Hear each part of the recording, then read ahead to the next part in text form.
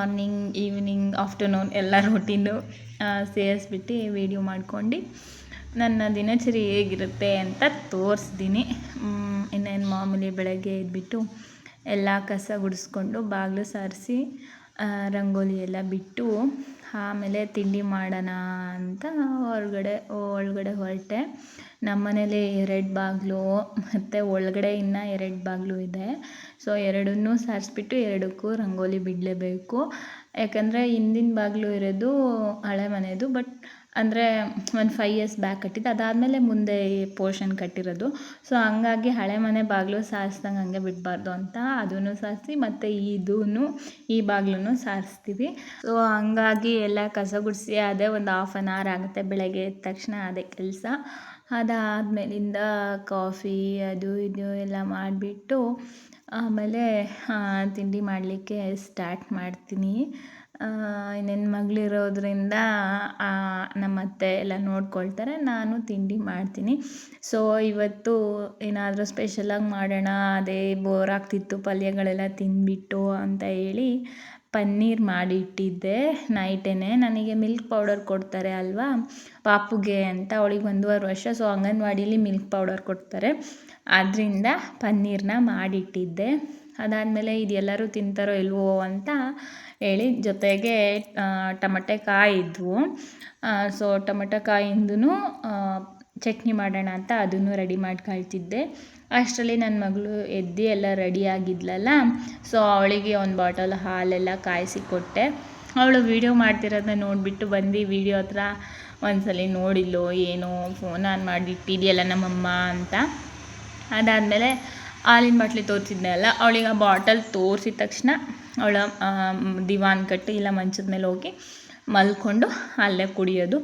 So ಹಾಗಾಗಿ ಸೀದಾ ಒಳಗೆ ಹೊರಟು ನಾನು ಸರಿ ಅಂತ ಹೇಳಿ ಅವಳನ್ನು ಕರ್ಕೊಂಡೋಗಿ ಹಾಗೆ ಮಲಗಿಸಿ ಅವಳಿಗೆ ಕುಟ್ಕೊಳ್ಳಪ್ಪ ಅಂತ ಹೇಳಿ ಬಾಟಲ್ ಕೊಟ್ಟು ನನ್ನ ಕೆಲಸ ನಾನು ಮುಂದುವರ್ಸೋಣ ಅಂತ ಬಂದೆ.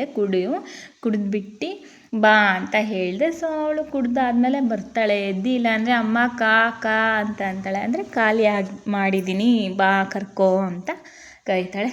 ಸೊ ಅಷ್ಟರಲ್ಲಿ ಈ ಕಡೆ ಟಮಟೆಕಾಯಿ ಬೇಯಕ್ಕೆ ಇಟ್ಟಿದ್ದೆ ಅಲ್ವಾ, ಟಮಟೆಕಾಯಿ ಮತ್ತು ಒಂದು ಖಾರಕ್ಕೆ ನಿಮಗೆ ಎಷ್ಟು ಬೇಕೋ ಅಷ್ಟು ಮೆಣಸಿನ್ಕಾಯಿ ಹಾಕ್ಕೋಬೇಕು. ನಾನು 4 ಹಾಕಿದ್ದೆ ಸ್ವಲ್ಪ ಮಾಡೋದ್ರಿಂದ. ಸೊ ಅದೆಲ್ಲ ಬೆಂದಿತ್ತು, ಅದನ್ನು ಹಾಗೆ ಜಾಲರಿಲಿ ಹಾಕ್ಬಿಟ್ಟು ಸ್ವಲ್ಪ ತಣ್ಣಗಾಗಲಿ ಅಂತ ಹಾಕಿದೆ. ಸೊ ತಣ್ಣಗಾಗೋ ಅಷ್ಟರಲ್ಲಿ ಈ ಕಡೆ ಅದಕ್ಕೆ ಒಗ್ಗರಣೆ ಮಾಡಿಕೊಂಡೆ. ಸಾಸಿವೆ, ಜೀರಿಗೆ, ಕಡಲೆಬೇಳೆ ಮತ್ತು ಕರಿಬೇವಿನ ಸೊಪ್ಪು ಹಾಕಿ ಒಗ್ಗರಣೆ, ಆಮೇಲೆ ಈರುಳ್ಳಿ ಅದೊಂದು ಹಾಕಿ ಸ್ವಲ್ಪ ಕನಸ್ಕೊಳ್ಬೇಕು. ಈರುಳ್ಳಿನೆಲ್ಲ ಗೋಲ್ಡನ್ ಬ್ರೌನ್ ಆಗೋ ತನಕ ಚೆನ್ನಾಗಿ ಫ್ರೈ ಮಾಡ್ಕೋಬೇಕು. ಅದಾದಮೇಲೆ ಈ ಕಡೆ ಟೊಮೆಟೊಕಾಯಿ ಎಲ್ಲ ತಣ್ಣಗಾಗಿತ್ತು. ಸೊ ಅದೂ ನುಣ್ಣಗೆ ರುಬ್ಕೊಂಡೆ. ಅಂದರೆ ಫಸ್ಟು ನಾನು ಟೊಮೆಟೊಕಾಯಿ ಮತ್ತು ಮೆಣಸಿನ್ಕಾಯಿ ಇರುತ್ತಲ್ಲ ಅದನ್ನು ಸ್ವಲ್ಪ ತರ್ತರಿಯಾಗಿ ರುಬ್ಕೊತೀನಿ. ಅದಾದಮೇಲೆ ಕಾಯಿ, ಆಮೇಲೆ ಕೊತ್ತಂಬರಿ ಸೊಪ್ಪು, ಜೀರಿಗೆ, ಆಮೇಲೆ ಬೆಳ್ಳುಳ್ಳಿ ಒಂದು 4 ಇಲ್ಕು ಹಾಕ್ಕೊಂಡು ನುಣ್ಣಗೆ ರುಬ್ಕೊತೀನಿ, ಆವಾಗ ಚೆನ್ನಾಗಿ ಅನಿಸುತ್ತೆ. ಸೊ ಅದಾದಮೇಲೆ ಹಾಕಿ ಈ ಕಡೆ ಒಗ್ಗರಣೆ ಮಾಡ್ಕೊಂಡಿರ್ತೀವಲ್ಲ ಅದಕ್ಕೆ ಹಾಕ್ಬಿಟ್ಟು ಚೆನ್ನಾಗಿ 1-2 ನಿಮಿಷ ಕುದಿಸ್ಬೇಕು. ಅಲ್ಲಿಗೆ ಟೊಮೆಟೊಕಾಯಿ ಚಟ್ನಿ ರೆಡಿ ಆಯಿತು. ಅದಾದಮೇಲೆ ಈ ಕಡೆ ಪನ್ನೀರಿಂದು ಇದು ಮಾಡೋಣ ಬಟರ್ ಮಸಾಲ ಅಂತ ಅಂದ್ಕೊಂಡಿದ್ದೆಲ್ಲ.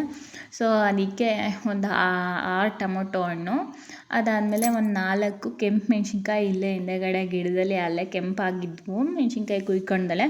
ಸೊ ಕೆಂಪು ಮೆಣಸಿನ್ಕಾಯಿ ಹಾಕಿದ್ರೆ ಕಲರು ಚೆನ್ನಾಗಿರುತ್ತೆ ಅಂತ ಅದು. ಆಮೇಲೆ ಗೋಡಂಬಿನ ಒಂದು ಮುಂಚೆನೇ ಎದ್ದ ತಕ್ಷಣ ನೆನೆಸಿಟ್ಟಿದ್ದೆ, 1/2 hour ನೆನೆದ್ರೆ ಸಾಕೋದು. ಸೊ ಗೋಡಂಬಿ, 6 ಟೊಮೆಟೊ ಮತ್ತು 4 ಮೆಣಸಿನ್ಕಾಯಿ, ರುಚಿಗೆ ಎಷ್ಟು ಬೇಕು ನಿಮಗೆ ಖಾರ ಅಷ್ಟು ಹಾಕ್ಕೊಳ್ಳಿ.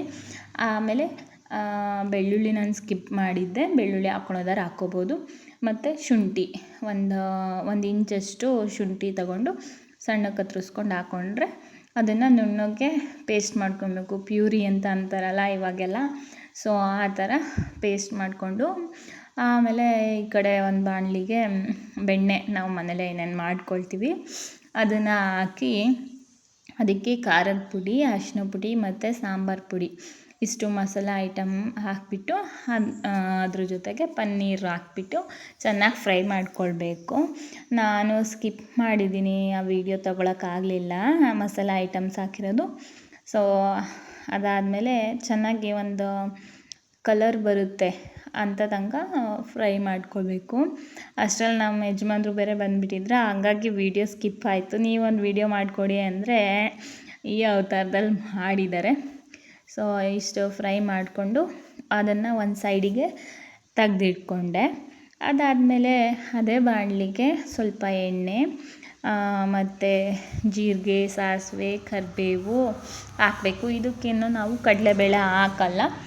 ಇನ್ನೇನು ಪನ್ನೀರ್ ಬಟರ್ ಮಸಾಲ ಯಾರ್ಯಾರು ಮನೇಲಿ ಟ್ರೈ ಮಾಡಿರ್ತೀರ ಆಲ್ಮೋಸ್ಟ್ ಎಲ್ಲರಿಗೂ ಗೊತ್ತಿರುತ್ತೆ. ಸೊ ಸಣ್ಣದಾಗಿ ಈರುಳ್ಳಿ ಕತ್ತರಿಸಿ ಬಿಟ್ಟು ಇಟ್ಕೊಂಡಿದ್ದೆ, ಅದನ್ನು ಹಾಕಿ ಅದನ್ನು ಚೆನ್ನಾಗಿ ಫ್ರೈ ಮಾಡಬೇಕು ಒಂದು 5 ಮಿನಿಟ್ಸು. ಆವಾಗಲೇ ಚೆನ್ನಾಗಾಗೋದು. ಫ್ರೈ ಮಾಡ್ದಂಗೆ ಅರ್ಧಂಬರ್ಧ ಆಗಿ ನಾವು ಮಸಾಲ ಈ ಕಡೆ ರುಬ್ಬಿಟ್ಕೊಂಡ್ವಲ್ಲ ಪೇಸ್ಟು, ಅದನ್ನು ಹಾಕ್ಬಿಟ್ರೆ ಆಮೇಲೆ ಚೆನ್ನಾಗಿ ಅನಿಸಲ್ಲ. ಸೊ ಹಾಗಾಗಿ ಅದನ್ನು ಚೆನ್ನಾಗಿ ನೋಡಿ ಯಾವ ಕಲರ್ ಬಂದಿದೆ ಅಂತ, ಆ ಕಲರ್ ಬರೋ ತನಕ ಫ್ರೈ ಮಾಡಿಕೊಂಡು ಆಮೇಲೆ ಈ ಕಡೆ ರುಬ್ಬಿಟ್ಟಿರೋ ಮಸಾಲ ಹಾಕಿ ಸ್ವಲ್ಪ ಉಪ್ಪು ಹಾಕಿ ಲಿಡ್ ಕ್ಲೋಸ್ ಮಾಡಬೇಕು. ಚೆನ್ನಾಗಿ ಅದು ಕುದಿಬೇಕು. ನೀರಿನ ಅಂಶ ಎಲ್ಲ ಹೋಗಿ ಎಣ್ಣೆ ಅಂಶ ಮೇಲ್ಗಡೆ ಕಾಣಿಸ್ತಿರ್ಬೇಕು. ಆ ಥರ ಕುದಿಬೇಕು ಒಂದು 5 to 8 ಮಿನಿಟ್ಸ್ವರೆಗೂ ಅಂತ ಅಂದ್ಕೊಳ್ಳಿ. ನಾನು ಅದ್ರ ಜೊತೆಗೆ ರುಬ್ಲಿಕ್ಕೆ ಹಾಕ್ಕೊಂಡಿರಲಿಲ್ಲ. ಎಂಥದ್ದು ಅಂತ ಅಂದರೆ ಚಕ್ಕೆ, ಲವಂಗ ಮತ್ತು ಮೆಣಸು. ಇಷ್ಟೂ ನಮ್ಮೂರಲ್ಲಿ ಯಾವಾಗಲೂ ಕರೆಂಟ್ ಇರಲ್ಲ. ಸೊ ಹಾಗಾಗಿ ಅದನ್ನೊಂದು ಗರಂ ಮಸಾಲ ಟೈಪ್ ಇರುತ್ತೆ, ಅದು ಹಾಕಿದರೆ ಆ ಟೇಸ್ಟ್ ಕೊಡುತ್ತೆ ಅಂತ ಅದೊಂದು ಮಿಕ್ಸಿ ಮಾಡಿ ಇಟ್ಕೊಂಡಿರ್ತೀನಿ. ಅದೊಂದು 1 ಟೇಬಲ್ ಸ್ಪೂನಲ್ಲಿ ಫುಲ್ ಹಾಕ್ಬಾರ್ದು, ಚೆನ್ನಾಗಿ ಅನಿಸಲ್ಲ, ಬರೀ ಮಸಾಲ ಅನಿಸುತ್ತೆ. ಸೊ ಸ್ವಲ್ಪ ಹಾಕಿದೆ. ಆಮೇಲೆ ಸ್ವಲ್ಪ ಅರಿಶಿನ ಪುಡಿ ಹಾಕಿದೆ. ಅದು ಕುದ್ದಾದಮೇಲೆ ಅದೊಂದು 2 ಮಿನಿಟ್ಸ್ ಕುದಿಸ್ಬಿಟ್ಟು ಆಮೇಲೆ ಪನ್ನೀರ್ ಫ್ರೈ ಮಾಡಿ ಇಟ್ಕೊಂಡಿದ್ವಿ ಅದು ಹಾಕಿ ಅದ್ರ ಜೊತೆಗೆ ಗಾರ್ನಿಷ್ ಮಾಡೋಕ್ಕೋಸ್ಕರ ಅಂತ ಕೊತ್ತಂಬರಿ ಸೊಪ್ಪು ಹಾಕಿ ಮತ್ತು ಒಂದು 2 ಮಿನಿಟ್ಸ್ ಕುದಿಸಿದ್ರೆ ಈ ಥರ ಎಣ್ಣೆ ಬಿಟ್ಕೊಂಡಿರುತ್ತೆ. ಅದಾದಮೇಲೆ ಒಂದು ಸ್ಪೂನ್ ಮೊಸರಿದ್ರೆ ಮೊಸರು ಹಾಕ್ಕೊಳ್ಳಿ, ಅದು ಒಂಥರ ಟೇಸ್ಟ್ ಕೊಡುತ್ತೆ. ಅದು ಹಾಕ್ಬಿಟ್ಟು 2 ಮಿನಿಟ್ಸ್ ಕುದಿಸ್ಕೊಂಡ್ರೆ ಅಲ್ಲಿಗೆ ಪನ್ನೀರ್ ಬಟರ್ ಮಸಾಲ ರೆಡಿ. ಅಷ್ಟೊತ್ತಿಗೆ ನಮ್ಮ ಅತ್ತೆಯವರು ಕೂಡ ರೊಟ್ಟಿ ರೆಡಿ ಮಾಡಿದರು. ಸೊ ನಮ್ಮ ಯಜಮಾನ್ರಿಗೆ ಹಾಕ್ಕೊಡೋಣ ಅಂತ ಹೇಳ್ಬಿಟ್ಟು ತಟ್ಟೆಗೆ ಹಾಕ್ದೆ. ನೋಡಿ ಒಳ್ಳೆ ಚೆನ್ನಾಗಿತ್ತು, ನೋಡೋಕ್ಕೆ ಎಷ್ಟು ಚೆನ್ನಾಗಿ ಕಾಣಿಸ್ತಿದೆ, ತಿನ್ನೋಕ್ಕೂ ಹಾಗೆ ಚೆನ್ನಾಗಿತ್ತು. ಅದೂ ಚೆನ್ನಾಗಿತ್ತು ಮತ್ತು ಟೊಮೆಟೊಕಾಯಿ ಚಟ್ನಿ ಮಾಮೂಲಿ ಇನ್ನೇನು ಚೆನ್ನಾಗಿತ್ತು. ಇದು ಒಂಥರ ಸ್ಪೆಷಲ್ ಇತ್ತು. ಆಮೇಲೆ ಅಷ್ಟರಲ್ಲಿ ನಮ್ಮ ಮನೆಯವ್ರು ಬಂದರು. ಅದು ನಮ್ಮ ಅವ್ರಿಗೆ ಕೊಟ್ಟೆ, ಇದು ನಮ್ಮ ಮನೆಯವ್ರಿಗೆ ಹಾಕ್ಕೊಟ್ಟೆ. ಅವರಿಗೆ ಹೇಗಿದೆ ಹೇಳಿ ಅಂತ ಹೇಳ್ಬಿಟ್ಟು ಕೇಳ್ತಿದ್ದೆ. ಅವರು ಅದಕ್ಕೆ ತಿಂದ್ಬಿಟ್ಟು ಸೂಪರ್ ಆಗಿದೆ ಅಂತ ಹೇಳ್ತಾರೆ ನೋಡಿ. ಹಿಂಗೆ ಹೇಳಿದ್ರು, ಆವಾಗ ನನಗೂ ಖುಷಿ ಆಯಿತು. ಮಧ್ಯಾಹ್ನ ಕೂಡ ಅದನ್ನೇ ಕೇಳ್ತಿದ್ರು ಇದೆಯಾ ಅಂತ, ಸ್ವಲ್ಪ ಮಿಕ್ಕಿತ್ತಷ್ಟೇ. ಅದಾದಮೇಲೆ ನನ್ನ ಮಗಳಿಗೆ ಸರಿ ಅವಳಿಗೆ ಒಂದು ಹಾಫ್ ರೊಟ್ಟಿ ತಿಂದಳು. ಅದಾದಮೇಲೆ ಮತ್ತು ಮಲ್ಗೋಕ್ಕಿಂತ ಮುಂಚೆ ನಾನು ಸರಿ ತಿನ್ನಿಸ್ತೀನಿ ಒಂದು ಸಣ್ಣ ಬೌಲಷ್ಟಲ್ಲಿ. ಅವಳಿಗೆ ಹೊಟ್ಟೆ ಬೇಗ ಹಸಿಯಲ್ಲ ಮಧ್ಯಾಹ್ನದೊತ್ತಿಗೆ, ತಿಂಡಿ ನೀಟಾಗಿ ತಿನ್ನಲ್ವಲ್ಲ. ಸೊ ಹಾಗಾಗಿ ಅವಳಿಗೆ ಇವಾಗ 1.5 ವರ್ಷ. ಸೊ ನಾನು ಊಟದ ಜೊತೆಗೆ ಸ್ವಲ್ಪ ಸರಿ ತಿನ್ನಿಸ್ತೀನಿ. ಸರಿನೇ ಊಟ ಥರ ತಿನ್ನಿಸಲ್ಲ, ಯಾಕಂದರೆ ಅವಳು ಊಟ ಅಭ್ಯಾಸ ಮಾಡ್ಕೊಳ್ಳಿ ಅಂತ. ನಾವು ಸರಿನೇ ತಿನ್ನಿಸಿದ್ರೆ ಊಟ ಚೆನ್ನಾಗಿ ಅಭ್ಯಾಸ ಮಾಡ್ಕೊಳ್ಳಲ್ಲ ಊಟ ಮಾಡೋಕ್ಕೆ. ಸೊ ಅದಾದಮೇಲೆ ನಾವು ತಿಂಡಿ ಎಲ್ಲ ತಿಂದು ಇನ್ನೇನು ಒಂದು 11:30 ಅಷ್ಟಾಯಿತು ಟೈಮು. ನಮ್ಮ ಅತ್ತೆಯವರಿಗೆ ಇನ್ನೇನು ಸ್ನಾನ ಮಾಡಿಸಿ ಅವಳನ್ನು ಮಲಗಿಸೋದಷ್ಟೇ ಕೆಲಸ ಇತ್ತು. ಸೊ ನಾನು ನಮ್ಮ ಯಜಮಾನ್ರು ಮಳೆ ಬೇರೆ ಇಲ್ವಲ್ಲ ಈಗ, ಸೊ ಹಾಗಾಗಿ ಡ್ರಿಪ್ಪಲ್ಲಿ ಎಳೆಯೋಣ ಅಂತ ಇದು 3ನೇ ಬ್ಯಾಚ್ ಬೀನ್ಸ್ ಹಾಕೋಕ್ಕೆ ರೆಡಿ ಮಾಡ್ತಾ ಇದ್ವಿ. ಅದು ಕಾಳು ಹಾಕಿದ್ವಿ, ಮಳೆ ಬರುತ್ತೇನೋ ಅಂತ ನೋಡಿದ್ವಿ, ಬಟ್ ಆದರೆ ಮಳೆನೇ ಇಲ್ಲ ಈ ವರ್ಷ. ಸೊ ಹಾಗಾಗಿ ಡ್ರಿಪ್ಪಲ್ಲಿ ಎಳೆಯೋಕ್ಕೆ ಹೋದ್ವಿ. ಅದ್ರ ಜೊತೆಗೆ ನಮ್ಮ ಮನೆಯವರು ಔಷಧಿ ಹೊಡಿತಿದ್ರು. ನೋಡಿದರೆ ಸೋನೆ ಮಳೆ ಬರುತ್ತೆ, ಬಟ್ ಆದರೆ ಆಗೋ ಥರ ಬರ್ತಿಲ್ಲ. ಬೆಳೆಗಳಿಗೆಲ್ಲ ಚೆನ್ನಾಗಿ ಸ್ವಲ್ಪ ಮಳೆ ಬರಬೇಕು. ಇಷ್ಟು ತನಕ ಮನೆಯಲ್ಲೆಲ್ಲ ಆಯಿತು ಕೆಲಸ.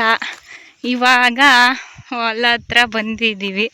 ಇಲ್ಲಿ 3ನೇ ಬ್ಯಾಚು ಬೀನ್ಸ್ಗಳು ಹಾಕಿದ್ವಿ, ಅದಕ್ಕೆ ಡ್ರಿಪ್ಪಳ್ಳಿ ಎಳಿಬೇಕು. ಮಳೆ ಬೇರೆ ಇರಲಿಲ್ವಲ್ಲ, ಅದಕ್ಕೆ ಡ್ರಿಪ್ಪಳ್ಳಿ ಎಳಿಯೋಣ ಅಂತ ಬಂದಿದ್ವಿ.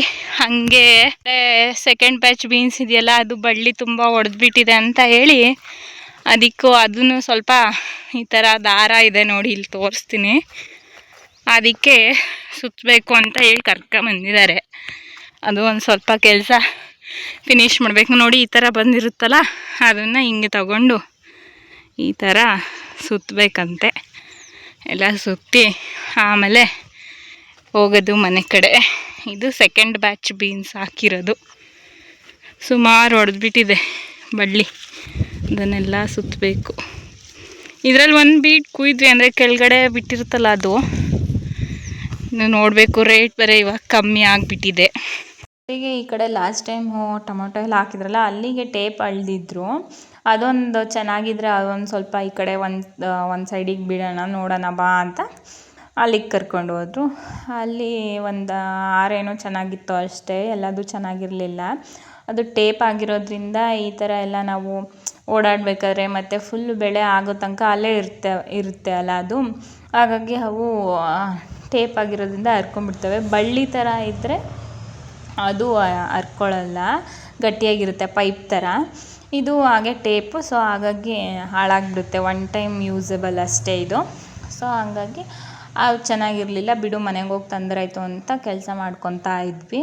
ಆ ಕಡೆ ಒಂದು ಸೈಡಿಂದ ಅವ್ರು ಔಷಧಿ ಹೊಡ್ಕೊಂಡು ಬಂದರು, ನಾನು ಈ ಕಡೆ ಒಂದು ಸೈಡಿಂದ ಬಳ್ಳಿನೆಲ್ಲ ಒಂದೊಂದೇ ಸುತ್ತಕೊಳ್ತಾ ಹೋದೆ.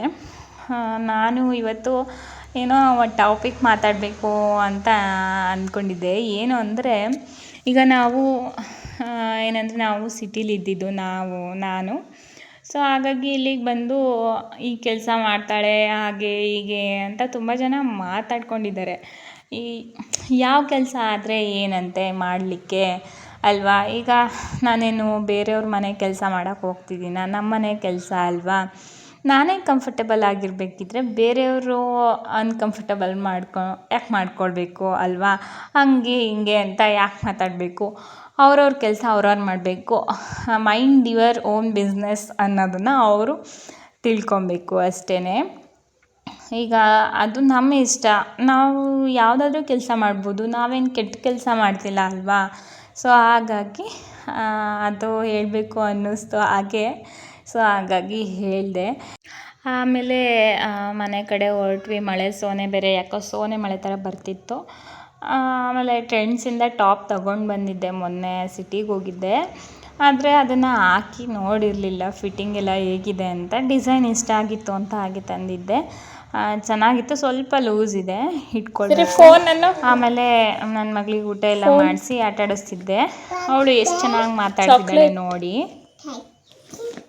ಫೋನ್ ಹಂಗೆ ಮಾತಾಡೋದು ಅಲೋ ಅನ್ನೋದಾ ಫೋನಲ್ಲಿ? ಹಾಂ. ಆಮೇಲೆ ನಿನ್ನ ಸರ ಎಲ್ಲಿ? ಅಲ್ಲಿದೆಯಾ? ನಿನ್ನ ಕಿವಿಯಲ್ಲಿ ಅಲ್ಲಿದೆಯಾ? ತಲೆ ಅಲ್ಲಿದೆಯಾ? ಕಣ್ಣು, ಮೂಗು, ಅಲ್ಲು, ಕಾಲೆಲ್ಲಿ ಬಾ ನಿಂದು? ಅಲ್ಲಿದೆಯಾ? ಚೈನ, ಕೈ, ಅದಾ? ನೀನು ಹಣೆಗೆ ಹೆಂಗೆ ಇಟ್ಕೊತೀವ? ಹಂಗೆ ಇಟ್ಕೊಂತೀಯಾ? ಅಮ್ಮನಾ? ಸೊ ನನ್ನ ಮಗಳು ಎಷ್ಟು ಕೇಳಿದ್ದೆಲ್ಲ ಆನ್ಸರ್ ಮಾಡಿದ್ಲು. ಅದಾದಮೇಲೆ ಅವ್ರ ಅಪ್ಪ ಬಂದು ಒಳಗೆ ಅವರು ಊಟ ಮಾಡಿದರು. ಆಮೇಲೆ ಹಾಗೆ ಮಗಳ ಜೊತೆ ಆಟ ಆಡ್ತಾಯಿದ್ರು. ಅವಳು ಒಳಗೆ ರಗ್ಗೊಚ್ಕೊಳ್ಳೋದು, ಕೂಕ್ ಮಾಡೋದು, ನಾನು ಕೂಕ್ ಮಾಡೋದು, ಹಾಗೆ ಆಟಾಡ್ತಿದ್ವಿ.